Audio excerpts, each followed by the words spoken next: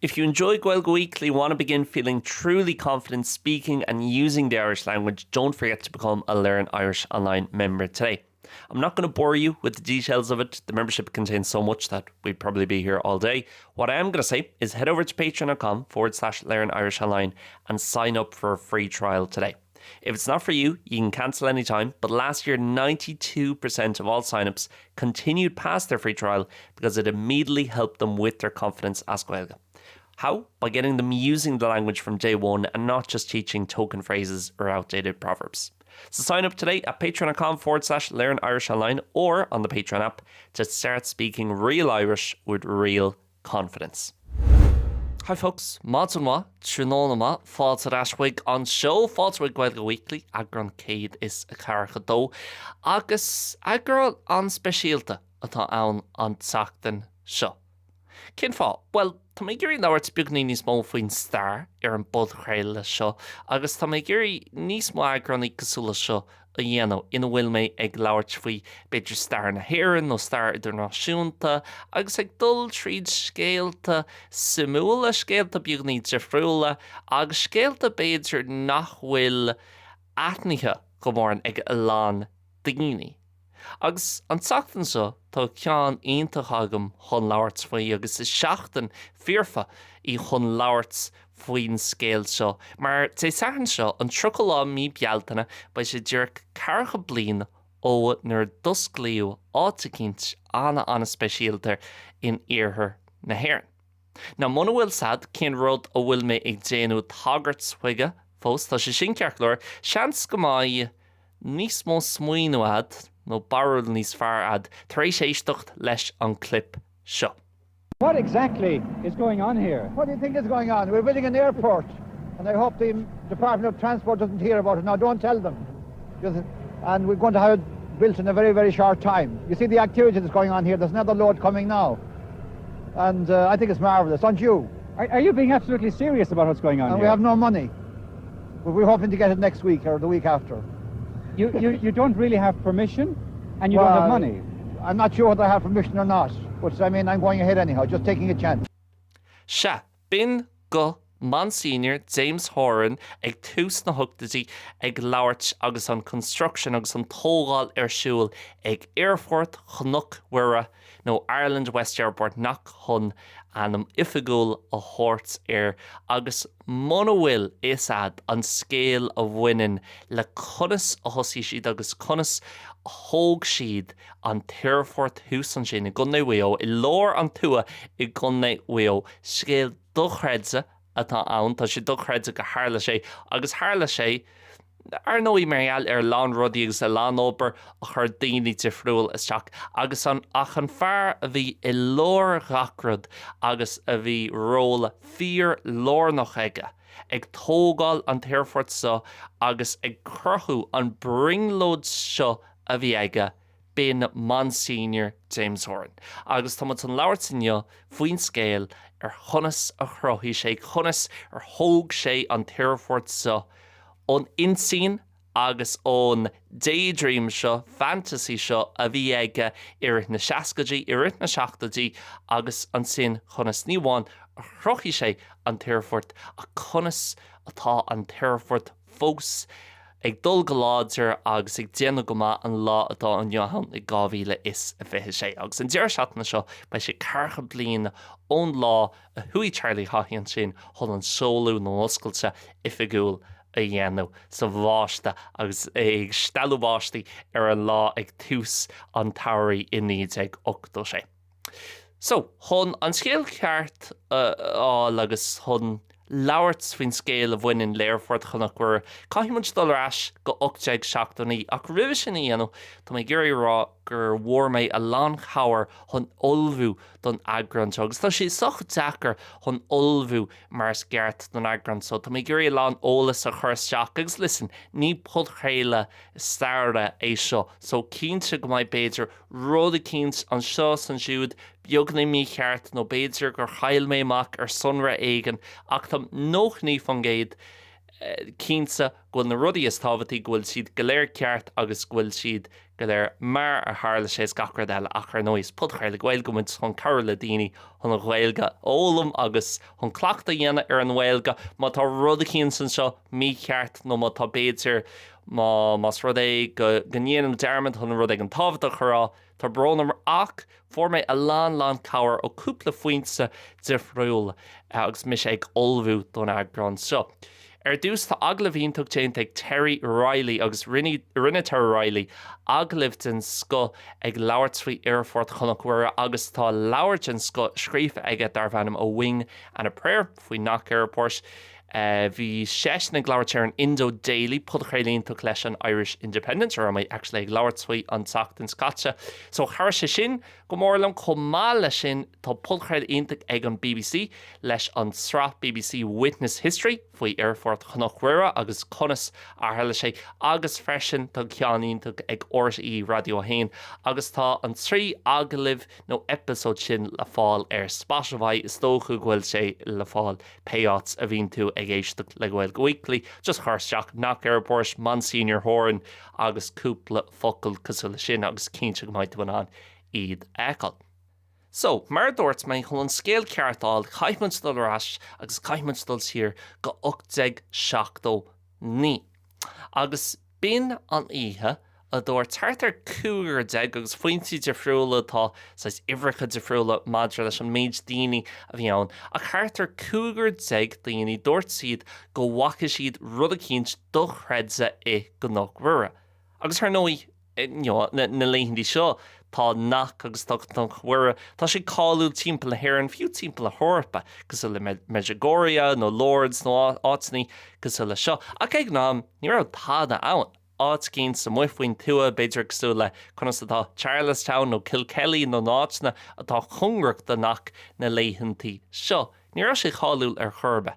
ach bhí cúpla daoine mu agus bhí sé ag stalabáistí bhí storm an bhór ach dúirt siad go bhacha siad rud a cínt do chreidse go bhacha siad an mhaid an mhuire go bhacha siad sailsa go bhacha siad an Lamb of God agus bhí siad an sin transfixed ag féchans ar an apparition so ar feadh cúpla ór ar chlig.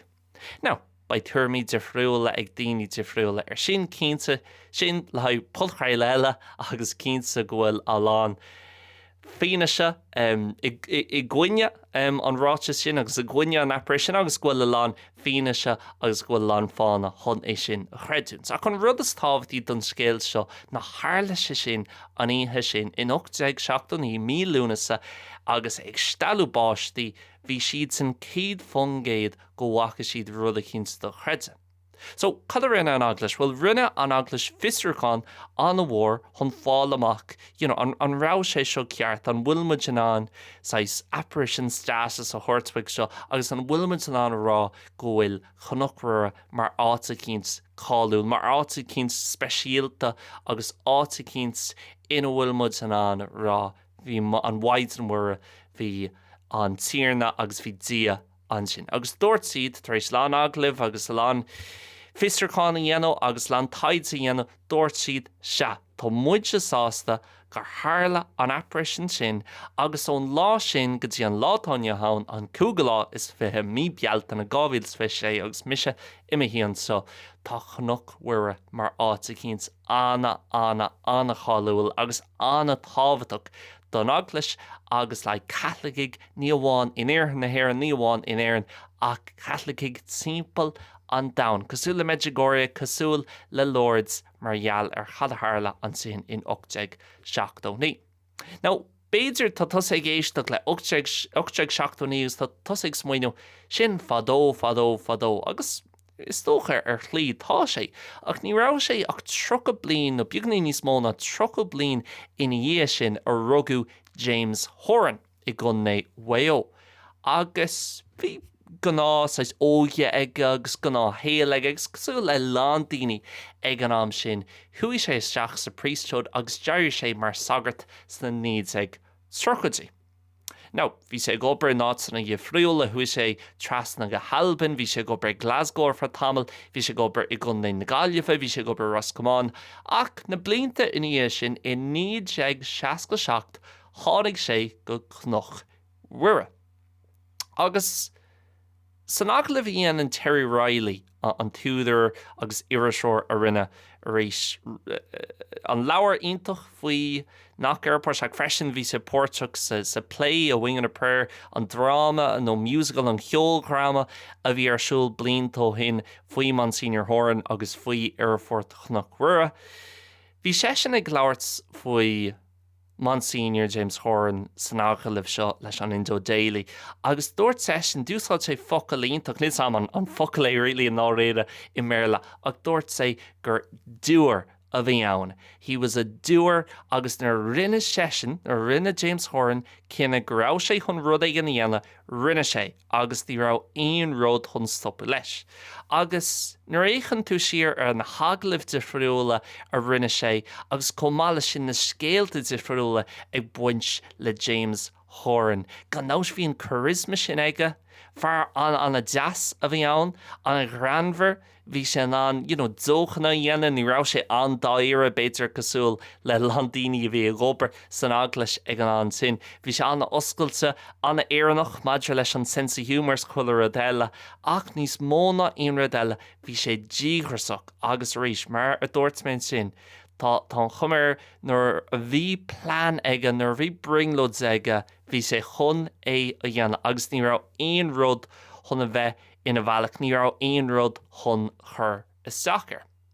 So, I written ní ag seachtatí bhí sé pórtach I gúpla tonscadal difriúil mar hampla a bhhailí sé hartar 8,000 punt agus rís beidir na leighindí seo ní bheith 8,000 euro mar a lán agad ach ag an am sin bhí sé ó bhád níos bar agad ag deir na seachtatí in éan nó a lorna seachtatí in éan fiú. Bhhailí sé 8,000 punt chun dansáil a thógáil don phobal áitiúil agus bhí sé sin an popular ag an am agus ar nói pís le písa bhí sé sin mar ghuine I rith na seachtatí mar dheallir tionscadálaí cosúla seo inar á aithne ag daoine ar Monsignor James Horan agus níos tábhtaí na sin bhí muinín agus bhí meas ag daoine ar Monsignor James Horan. Agus I níd ag seachtó sé chríochnaí siad an construction ar an shrine inach nó ar an sépil nua a bhí ann. Agus bhí siad géirí é seo a dhéanamh ar dús mar EAGRÁN sé teach sús chuig 100 bliain ó taspáinú an Waidin Wira. A chun mála sin I níd ag seachtaí bhí an Papa John Paul a dó chun sacht chuig géireann agus Arís, rugú me héan sa bblion 2000, so tá siad zacrann labhairt faoi seo réalaí. Ach arís, ag féchan siar ar fí seán agus cínta bhfuil daoine ag éisteach leis an bud seo ina rá in éan ag an am sin, ina bhfuil in an cóirt an fápa I níd ag seachtaí a chuimhnú agus ba is agah se cicmh mór is a bhí sé seo. Ní ráach níl sam 3.7, 3.6 milliún daoine in éan ag an am, agus a lán sin na scéaltaí, a lán sin na halts ar scríbhú ag an am seo. Déireann siad gur thart ar 2.6 nó 2.5 milliún daoine ag na himachtaí difriúla a bhí arsúil I rid trí nó ceithre lá agus an pápa in éan. Sin do chreidsa go raibh Hartar beidir 7 fungéid, 8 fungéid in déanra ag dul chuig rud aigen. Bhí rudaí arsúil a má núd, I limnach, im lá clia, a comála sin I gnach Wira. Agus bhí Monsignor James Horan an sin. So ritna seachtatí tá dancehall sa déanta aige, tá aithneamh na gach duine sa phobal ar Monsignor James Horan, bhí meas ag daoine ar, cé go raibh sé beagnaí crackáil sa beidir am go ham. Agus bhí sé sin an tábhaach san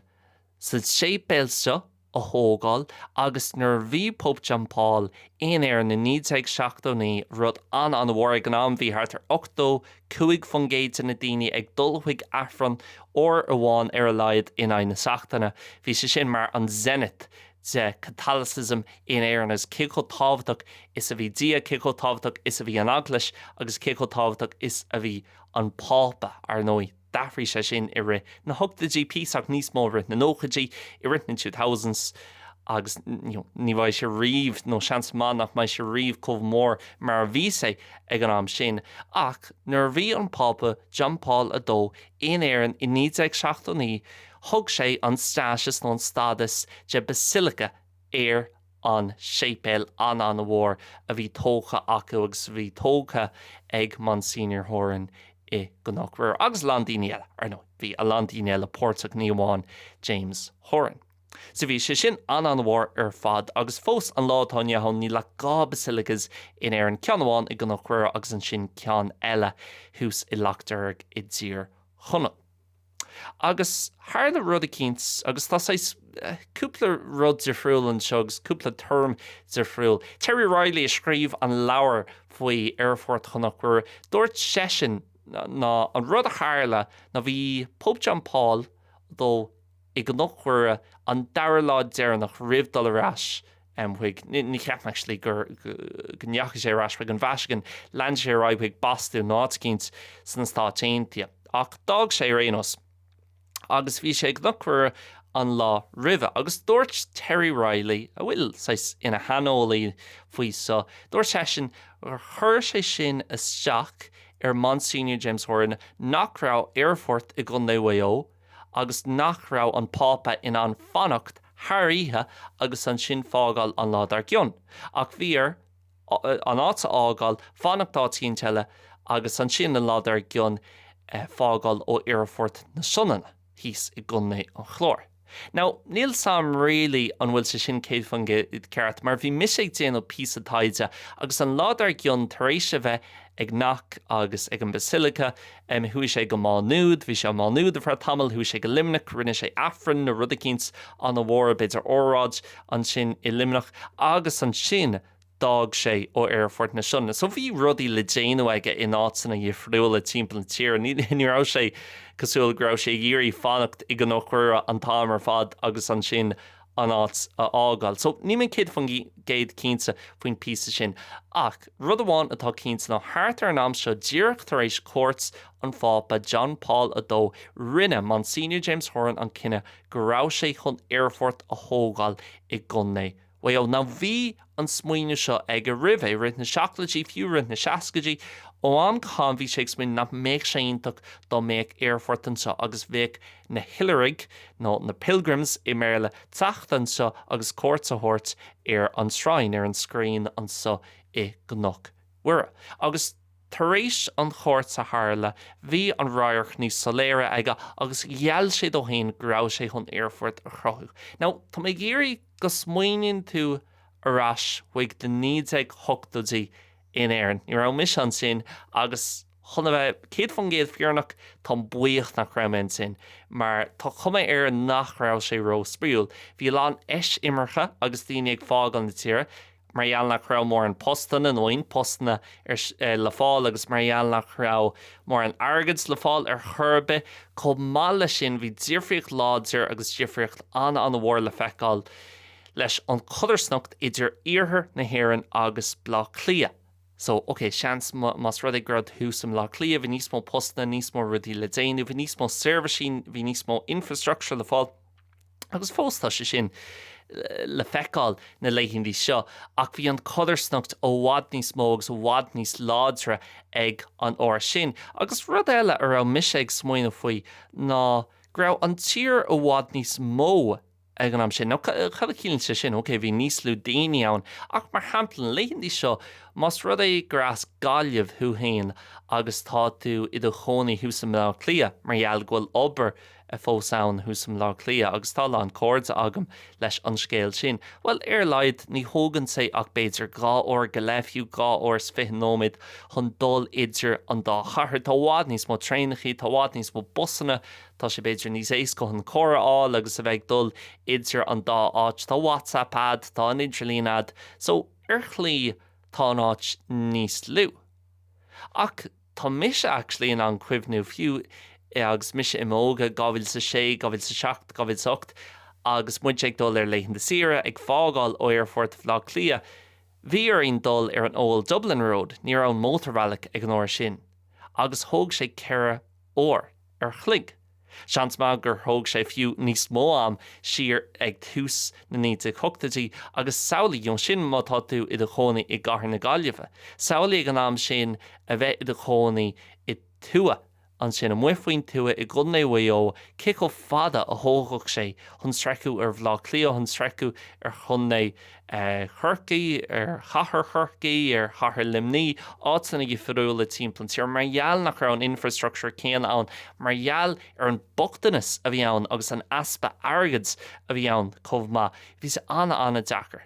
So cic bhfuil tú an féchan siar agus a grá OK, well tá céile sin grá sé géirí airfort a thógáil agus grá sé géirí Níl sam serviceí a chruthú postanna ach námíocht a chruthú agus tuairseoirí ó thuirt isteach. Tá céile sin céad fan géad ach ag an am céine. Bhí ar Monsignor James Horan a lán airgid a bhailiú. Tá an labhairt faoi cén fá agus labhairt faoi airgid ón rialtas is chuilear a deile ag gceann cúpla nóid ach bhí ar a lán airgid a bhailiú ó chuoine difriúla agus saolaí má tá tusa de chónaí an sin i Ballina nó Castlebar nó fiúhíos i gcónaí na Gaillimhe nó áta gint in Achill mar hampla agus tagan duine éigen chuig de durs agus dearann siad éist Tá sam nach bhfuil éon airgad tá sam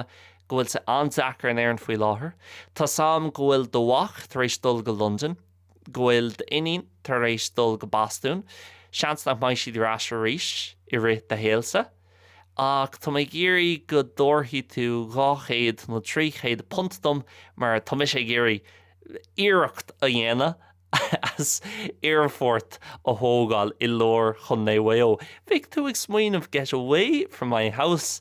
agus le a hell déan rud ag an níos úsáidí leis an airgid sin. So gan dá sé an amíon tá sé anéis go chun féchan sir agus rá in hindsight ó cínta gra sé seo mar smaoinúintach ach bhí sé ag tógáil risca anna bhór agus bhí an criticism agus a lan daoine ag ghearán ag an am comá le lan daoine ag taú leis agus ag géirí go méid airfort acu i go nachhuire ach bhí sé an conspóideach ag an am. Ach chuirt faoin airgid bhfuil bhí thart ar 10 milliún punt ag tastalmhaid chun an airfort sa a thógáil. Deirtar go bhfuil sé sin thart ar beidir 25 milliún na léithintí seo margheall ar an inflation is chuile rud eile.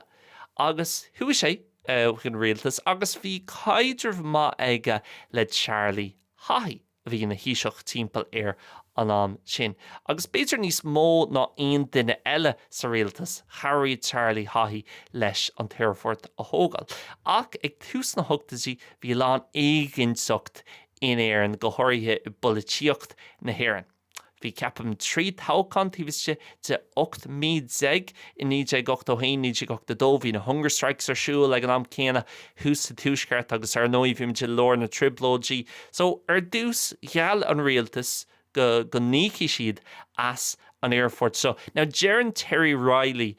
nach rawa is really ag Haughey no nach rawa is ag an rialtas cad a bhí i gceist leis an airfort agus ceap siad sin grá sé go méich sé just mar runaway seans má nach méid asphalt no tarmac nuair mar sin just go méich sé mar runway i muofaoin tua agus nach méich sé mar airfort geart ach thug siad an target dó ar éanas nó gheall siad grá siad chun an target a thuirt dó. Ar nói bhí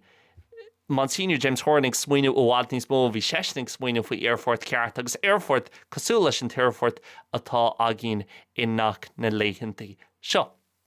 So, cad a rinne Monsignor Horan, well, thosaigh sé in 1981, they turned aside agus clichés sin go leir, thosaigh sin nobar ach tar éis cúpla mí leis an éigeansocht a bhí súil agus le feicáil i rialtas na hÉireann ag an am sin agus fianna fáil ag dul amach agus Fine Gael ag teacht isteach ní rá an 10 milliún ar fad le fáil. Go bunasach dúirt an rialtas, we can't give you all this money, we're going to hold back some of it.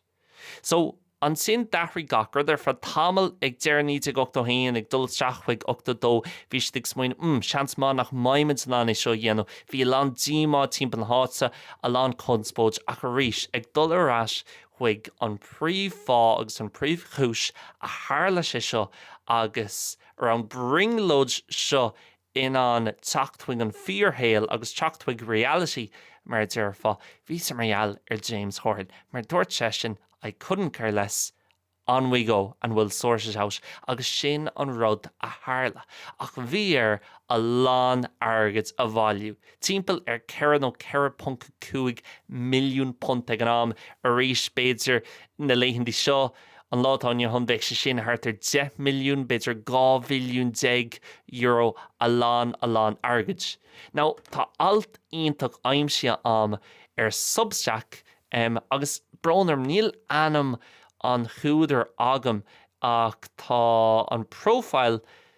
dearann sé 15-minute coffee. So sin anáis profile agus brónar má tomin an de danam áil le hain na lechanna cheile an fudcréile an tachtan so cínsa go tuairtí mé shout-out dit ach 15-minute coffee Substack rénos agus seo cad a tharla timpeall ar nám sin timpeall ar an de éiginseicht agus chunspóid maid le an fiú é leanann seráid bhí seo ionntach ar fa tamil ach aníos leis na fáibre ó ag teacht a níos seans má just go sé níos fear chun é ágáil agus dearmad a dhéanamh ar. Horan drove on even when funding was cut after the 1982 election. To make up for the shortfall, he launched the ambitious Jumbo Draw, a lottery.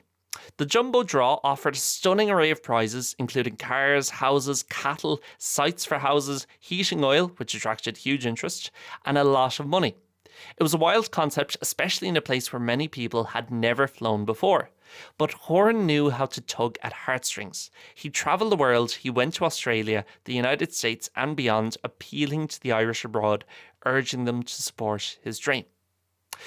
Sin 15-minute coffee ó Substack agus bhí an chuid zeile den alt sin an charúil domsa chun olbhú le haid an teagrán so. So, saolaí, ag an óir seo mar dúirt mé rugú James Horan sa bhí 9 is a 11. So, faoin am seo tá sé inis 7 bliain d'aois agus tá sé ag taistil timpeall an domhan go dtí an Astráil, go dtí na Stáit Aontaithe, go Canada chomh agus ag chur aglah le chéile agus PC telefíse le chéile chun dul amach chuig na hÉireannig atá ina gcónaí thar lear na himarcaig atá tar éis éire a ágáil agus gur an féidir libh Caroline chun an tíorfortsa a chréithnú. Agus daibrí sé. Daibrí an Jumbo Draw, daibrí an bailúchansa a bhí siúil aige an táim fad. Agus a rís, tá sé dachar chun féchan tír agus rá cén fá a daoine chusásta chun airgad a thuirt do seo agus taú le seo. Agus níos mó ná aon rud eile is léir dom grabh sé marall ar Monsignor Horan agus an character a bhí aige agus an charisma a bhí aige agus an fear a bhí ann. So, ag féchan tír ar an léithintí sin, tá landscéal tá anna simúla agus a rís Terry Riley tá scéal aige ar an budcréile seo ar am mé géisteach leis ina dúirt sé go bhfuasach lig siad agus lig Monsignor Horan do chuoine a chóir thuirteteach ar an runway agus go bunasach rásaí a dhéanamh ar an runway agus bhí an cead acu beidir go níochach siad 5 punt nó 10 punt agus bhí an cead acu chun dul ar an runway agus an sin tamáns chomh tapaí mar is féidir lo ar an runway rud ar nó nachhfuil tú an déanú ar an motorrálach ar an dual carriageway nó aon áit eile in éireann. So bhí an rudí crochacha beidir sin an focail is fearr chun úsáid agus lean creativity le siúil chun an target sa óháiliú ach rinne siad é. Agus in 985 ar an cúga is fithe mí ar fómhar 985 tháinig an chéad eitilt go cnochmhara ón Rove cúpla charter flights le Aer Lingus agus bhí Monsignor James Horan an sin agus tar éis na blianta in anion Ceathracha de Harla in anion gan cead réalaí bheith aige chun an tuirfort a thógáil rinne sé agus bhí sesin in anna bheith in eitilt ag déanú touchdown ag déanú landing ag teachtasteach agus ag landal in uirfort chnochmhara an áit a bhí sesin ina cheasamh beidir 6 mbliana roimhe sin ar an gnach agus just bogland agus le lan cio timppla háit ar mar bhí na gcónaí ag cnachhuire bhí sé an sin agus 6 bliana 7 mbliana ina bhí sé ag teachtasteach ar an gnach céine in Etalán ar runway agus bhí an dream realised bhí an bringloads sa fearhéil. Seo clip ón lá sin. When you look across there at the hundreds on the hills on the opposite side of the runway out to the perimeter. It reminds me of the papal visit. That's right. It reminds me of the papal visit when the hills at Knock were covered with people. I see crowds and crowds of people over there on the hills, and I'm glad that they have an opportunity of viewing this aircraft taking off.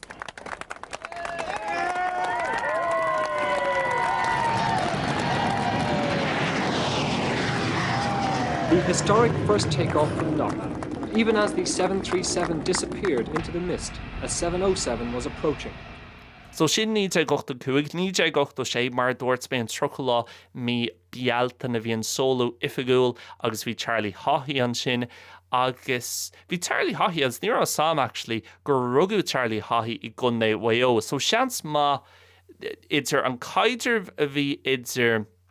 Horan agus Haughey a comala sin freisin mar gheall go raibh nasc nó buint sa Charlie Haughey le chunna wayo. Bhí rud a cín san sin beidir a charaí ar nó in éan ag an am agus fós beidir an leithndí seo tá lánt an rud sin bhfuil aithna ad ar na daoine cearta agus ó tá aithna agamsa ar folatóir agus tá sé sin in an Carolina Scacar deile agus sin an rud ní had níon sé sin le landíine in éan ach sin mar bhíonn sé in éan agus bhí sé fiú níos mó cosú le sin I réit na níd a coctadí. So bhí Haughey mar duine an tábhdach leis an Terrafort seo agus bhí sé an sin agus bhí na scissors ag agus dúirt sé would one cut of these scissors I declare this airport open agus na cheers ag dul sús agus an rud simúl dumpsa ná ar an lá sin ar níd a gocta sé agus daoine ag féchans ar na headsaltaí ag tachtasteach bhí sé ag stella báistí. Ag stella báistí díorcasúla an ihe sin in 87 inará an taspáú den Waidsen were. So dochreidsa an sais dovetailing orintanta a bhín le feicáil leis na scéaltaí seo. Agus saolaí ag rá leis na daoine sin in 87 ó ag an 105 bliain ba Airfort ansa agus ba an Taoiseach ní rá fiú Taoiseach agin ag an am ach by an Taoiseach by an Prime Minister agin by navsblachas ag éire agus by an Taoiseach an agus by sé oscailt Airfort seans má nach rá clúig na daoine sin cad bhí gceist le Airfort mar ní rá air travel ní rá Etalánnaí ag an amas leis dochreidsa céchomh tapi is a rion rudaí. Ach an rudsáis brónach faoin scéal seo ná ní rá mór an ama ag Monsignor James Horan chun taithna bhaint as an Airfort mar bhí an solo ifigúil ag deire mí bealta na 1986 agus ar an géad lá mí lúnasa 1986. So gá bhí tar rééis dó a bheith an sin ag an solo ifigúil agus Charlie Haughey sin agus na scissors agus gachar deile for sé bos. Bhí sé sin ar Lords ar pilgrimage le neart daoine eile agus bhí sé ag canú agus bhí sé an bhain sin is performing le cúpla duine mar gcónaí hatan sig mór leis crack a bheith agus tana bhaintes na rudí seo fiú más rudaí grá siad mar rudí níos dáréire agus rudí religiúnacha agus mar sin bhí sé canú agus sin rud a rinne sé go minic. Agus an sin thuí sé go dtí an labba agus ní áirir sé ríis. For sé bás I ré a chulla an ihe sin an chéad lá mí lúnasa 1986. So just gáhí taréis an solo ifigúil. Agus an rud simúl faoi chomh maith ná bhí corp Monsignor Horan mar an chéad corp chun Ceathracha Bliain trí Airfort chunachhuire ar nói I rint na blianta sin ar an drochóir talán chorpan na difriúla tar éis 77 beidir daoine ar leitheann na sira a fórbás nó daoine a fórbás agus bhí de géirí gur an suchrád in éir na rudí cosúla sin agus tá siad tar éis dul tríd Airfort chunachhuire sna blianta ó hin ach bhí corp Monsignor James Horan mar an chéad corp nó chéad human remains an Ceathracha chuig Airfort chunach uair. Ach an rud níos dearfaí agus an rud níos fearr ná ní raibh sé seo mar scéal bhí Airfort an sin ar fa cúpla bliain agus an sin dúnú é agus ar nóid tá lán Airfort sin éireann a bhí oscailte I written na blianta sin a written na nóchadí na 2000s agus níl siad oscailte na leitheann seo agus le Sligoch agus Gaeilge agus fiú ceapam Washford Airport. Comá hí san sin I bord láracha níl sé oscailte na leitheantaí seo ach tar Ireland's West Airport nach mar ceann na success stories agus áitcínt agus infrastructure an ráthúil. Gach bliain bí níos mó páisnéirí acu, bí níos mó daoine ag dul chuig Airfort chunachhuire agus Ireland's West Airport nach agus tá beagnach milliún páisnéirí ag Airfort chunachhuire inis. Agus did amháin an nó cólach do bháin freisin a bhí anatábhtach agus a bhí ag tosú amach cheart ar an am céine ina rá siad ag tógáil Airfort chunachhuire ná Ryanair. Mar hosí siad Ryanair, hosí Tony Ryanair ar réit na thugtaí agus beidir sin a rís episód eile sa Gaeilge Weekly má tomaid chun leanann leis na 6 episódaí seo. Ach hosí sé agus ar nóí tháinig Michael O'Leary isteach agus hábháil sé Ryanair mar bhí cuma ar grabh siad chun go under agus grabh siad chun dul bust. Ach na hála sé sin sear tháinig Michael O'Leary isteach agus léon seo tar thart ar 8 fungéid an hetsaltaí a bhí nig dul tríd Airfort chunachhuire tá siad le Ryanair agus tá sais monopoly acu an sin ach ag an am céanna freisin bín siad sin ag tuairt an taceocht agus ag tuairt an seans d'Airfort chunachhuire chun forbairt a dhéanamh agus chun dul ó neart go neart. Cúpla seachtain ó hin bhí Michael O'Leary hús an sin ag Airfort chunachhuire agus bhí sé ag labhairt le Midwest Radio agus tuairt sé ní eicin sesin Infá nachhfuil Airfort chunachhuire in an leanann agus airí fiú níos mó agus níos láidir agus dul ó milliún páisnéirí go 2 bhilliún tíbhaiste de 10 beidir 5 bliana deag. So tásúlam go dar líonn sé sin tásúlam gan ar rion sé níos mó tásúlam nach na rion sé róhór agus nach maiid sé mar Airfort Flá Clia mar aine a bhí ag Airfort chunachhuire roimhe seo ba siad san an rá leat ceann san a rudí is fearr faoi ná cé go beagas atá sé cé go éasca is atá sé chun dul tríd agus go bhfuil tú an treún sin beidir orchaigh nó carcanóid ribh etals agus ba sé céad fangéad cearcalóir agus ba tú an dul díreach tríd agus cé go jazz is atá gach duine a bhríonn ag an Airfort sin. Ach fan go bheicmid, rud simú ná tá mise imime híon sa I lorna cathrach is Seville agus é trocha sé chéim Celsius tíomhhaid dain omláin tíor friúil ó chunachhuire agus rugam mé híon sa bblion 2000. So níos mó ná nó beagnach an nócha bliain tar éis do rugú Monsignor James Horan. Ach, ní léon etsaltí ó Seville ganach ach má híon mise 2 uair ar chloig I dtreo an hiarthar. Agus téim tras na túir na Port San Gaeilge tricum ar Airfort Faro. Agus bheith mé an ihe seo etsalt áil ó Faro ganach. Hús an sin I lór an túi I tua chun é waio. Agus an rud céanna má híam 2 uair go le ar chloig an dtreo eile tricum ar Airfort Malaga. Agus tá an díreach an rud céanna a dhéanana agus etsalt áil mad an amórach go Airfort chunachhuire. Agus fiú gohfuil tionchar ag cad ar rinne Monsignor James Horan ar ma héalsa agus ar saoil an méid sin daoine timpeall Iarthanna Héireann, timpeall Héireann, timpeall Eorp agus timpeall an Domhan. Ceapan bhfuil sé sin fíor cool. Agus a gcónaí bíonn méid smaoinú cé bheith dóireanta a bhfuil sé tar éis tarlú I rith na blianta a bhfuil Gearmánig, Spáinnig, Gedálig, Francig, daoine tifriúla, daoine idirnáisiúnta, beidir in Airfort, áilta cinns san Eorp. Agus tá siad ag féchann sús ar an Destinations Board agus feicn siad Rome, Paris, Frankfurt, Athens, Florence, Copenhagen, Paris Orly, Berlin Brandenburg, agus an sin fecinn si nach agus ghfuil si tar éis casú don duine in Acaló agus rá. Where is nach? Beidir ghfuil si tar éis Google I dhéanamhar agus tá si tar éis teacht ar an scéal seo agus sin rud anna cool comma.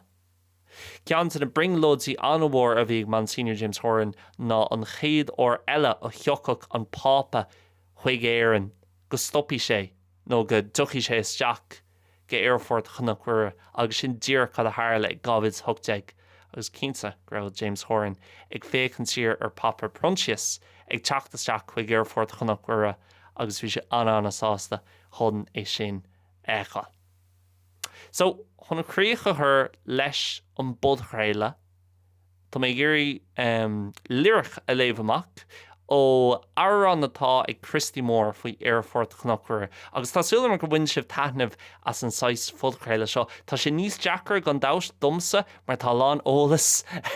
le déanal olbhú agus chun é léomh amach agus chun bheith cormach bhfuil gacrad mar sceart ach pís le písa tá mé gairí níos fearr leis. Má tá sé bhí géirí níos mó eagraní cosúla seo man se le stair na hhéireann man se le scéaltaí difriúla ó stair na hhéireann nílinn sim am a bheith láirt faoin bullatíocht nó cogaí difriúla nó inrad mar sin.